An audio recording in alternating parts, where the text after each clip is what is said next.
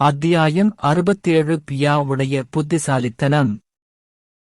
பெரிய பச்சை மரங்களின் நிழலின் கீழ் ஒரு சிறிய சிவப்பு நிற பறவை அதன் முழு பலத்தையும் பயன்படுத்தி பறந்து கொண்டிருந்தது.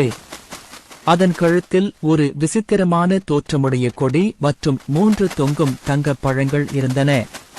அந்த பறவை பறந்து சென்று யாரையோ உள்ளுக்குள் சபித்துக் கொண்டிருந்தாள். அப்பொழுது அதன் பின்னால் 4 அரை மனிதர்கள் பின்தொடர்ந்து வந்தனர். அவர்கள் அந்த பரிதாபகரமான பறவையின் மீது அனைத்து வகையான தாக்குதல்களையும் திறமைகளையும் பயன்படுத்தினர்.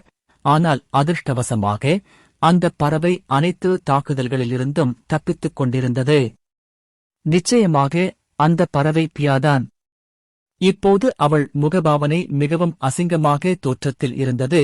அவள் உயிருக்கு ஆபத்து ஏற்பட்ட நிலையில் அருகிலுள்ள கருப்பு சிலுவை அடையாளத்தை நோக்கி பறந்தாள். 20 நிமிடங்கள் பறந்து சபித்த பிறகு அவள் 70 அடி உயரமுள்ள ஒரு பெரிய பழுப்பு நிற கரடியின் முன் வந்தாள். அதன் உடல் முழுவதும் ஒருவித சேற்று திரவம் கசிந்தது. வியா கரடியை பார்த்தாள். அவள் பயந்தாள். அது -C தரவரிசை. கரடியை பார்த்ததும் அவள் இதயம் ஒரு கணம் நடுங்கியது. தன் கழுத்தில் இருந்த பழங்களில் ஒன்றை கரடியின் தலையில் எறிந்தாள். அமைதியாக தூங்கிக் கொண்டிருந்த கரடி திடீரென்று தலையில் நங்கன்று விழுந்ததைக் கண்டு கோபமடைந்தது. அது உடனடியாக திரும்பித் தாக்கியவனைப் பார்க்க முயன்றது. மறுபுறம் பியாவை பின்தொடர்ந்து வந்த 4 அரை மனிதர்களும் அந்த இடத்திற்கு வந்தடைந்தனர். அவர்கள் மீண்டும் பியாவை தாக்கப் போகும்போது அவள் 2 பழங்களை அவர்களின் மேல் எறிந்துவிட்டு வரட்டுமா மாமுட்டர என்று கிளம்பிவிட்டாள். 4 அரை மனிதர்களும் பழங்களைப் பார்த்து திகைத்துப் போனார்கள். அரை மனிதர்களில் ஒருவர் பழங்களை எடுக்க அவசரமாகச் சென்றபோது ஒரு பெரிய நிழல் அவர்கள் அனைவரையும் சூழ்ந்தது. பழத்தை எடுக்க குனிந்த அந்த அரை மனிதன் நிழலைக் கண்டான். மெதுவாக மேலே பார்த்து, என்னடா இது இத்தாதண்டி இருக்கு. அவன் பயத்தில் தன் பேண்டில் சிறுநீர் கழித்தான். இரத்த சிவந்த கண்களுடன் ஒரு பெரிய பழுப்பு நிற கரடி அவனை நேரடியாக பார்த்துக் கொண்டிருந்தது. விசித்திரமாக கரடியின் தலையின் மேல் ஒரு தங்கப் பழம் சிதறி கிடப்பதைக் கண்டான். பழங்களை எடுத்து அந்த அரை மனிதன் கரடியின் இரத்தம் தோய்ந்த கண்களை பார்த்ததும் அந்த இடத்திலேயே மயங்கி விழுந்தான்.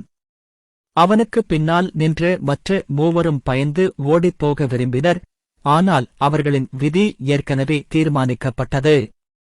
முதலில் கரடி மயக்கமடைந்த அரை மனிதனை மிதித்தது. ஒரு வெடிக்கும் சத்தம் கேட்டது. அரை மனித உடல் இறைச்சி பசையாக மாறியது. அடுத்த நொடியில் கரடி உடனடியாக தனது பெரிய கனமான கையை ஆட்டி மீதமுள்ள அரை மனிதர்களை காயப்படுத்தியது. தாக்கத்தின் காரணமாக மேலும் ஒரு அரை மனிதர் சம்பவ இடத்திலேயே இறந்தார். உயிருடன் இருந்த 2 அரை மனிதர்களும் நல்ல நிலையில் இல்லை. கரடி அவற்றை தனியாக விட்டுச் சென்றாலும் காயங்களுடன் அவர்கள் சில நிமிடங்களில் இறந்துவிடும். வாழ்க்கையின் முடிவில் நின்றபோது அவர்கள் சிவப்பு பறவையை சபிக்க மறக்கவில்லை. அவர்களின் கண்களில் வருத்தமும் விருப்பமின்மையும் இருந்தன. இறுதியில் அவர்களால் எதுவும் செய்ய முடியாமல் கரடியின் காலடியில் இறந்தனர்.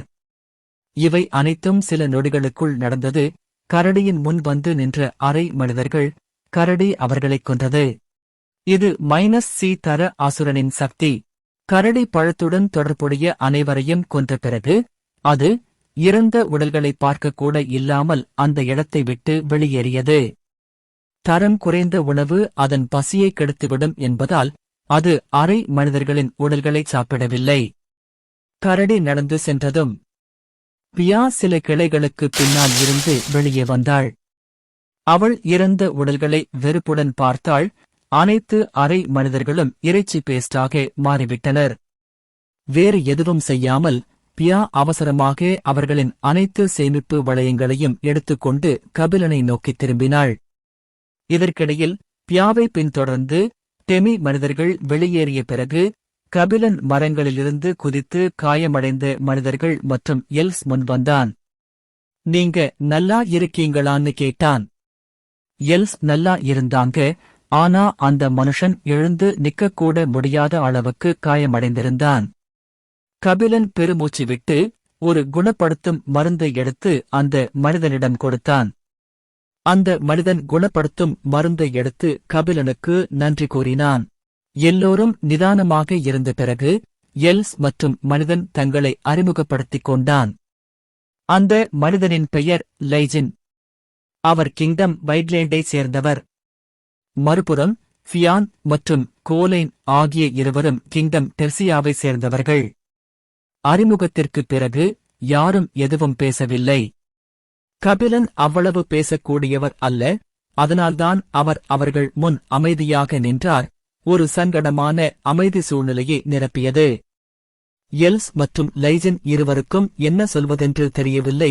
கபிலனின் தீவிரமான முகத்தை பார்த்து அவர்கள் அமைதியாக இருந்து தங்கள் காயங்களுக்கு சிகிச்சை அளிக்கத் தொடங்கினர்.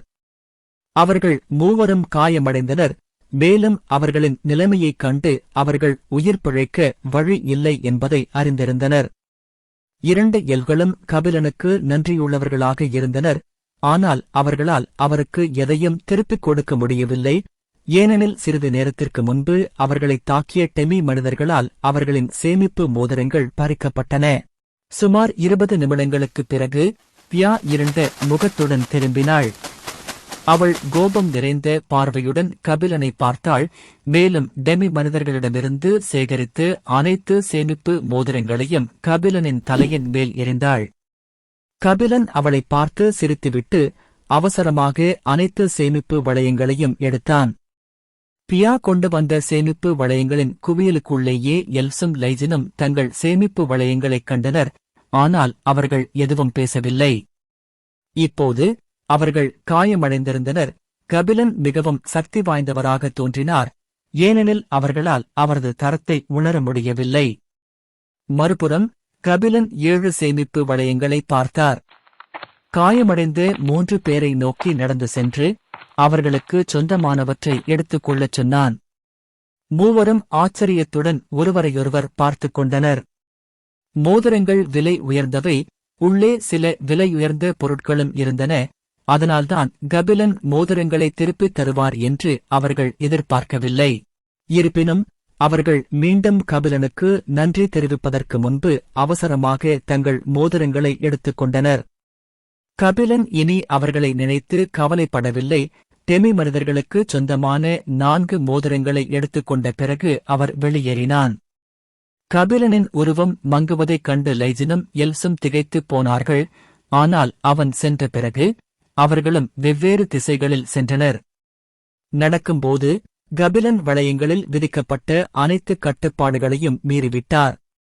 மோதிரங்களுக்குள் இருந்து உள்ளடக்கத்தை பார்த்து அவன் முகம் சுளித்தான். அந்த அரை மனிதர்கள் மிகவும் ஏழைகளாக இருந்தார்களா? வளையங்களுக்குள் உணவு, சில விசித்திரமான உடைகள் மற்றும் ஒரு சில மூலிகைகள் தவிர வேறு எதுவும் இல்லை. கபிலன் பெருமூச்சு விட்டான். சேமிப்பக மோதிரங்களிலிருந்து பயனுள்ள பொருட்களை சேகரித்த பிறகு எல்லாவற்றையும் வெளியே எறிந்துவிட்டு மோதிரங்களை காலி செய்துவிட்டு பின்னர் அவற்றை தன் விரல்களில் வைத்தான்.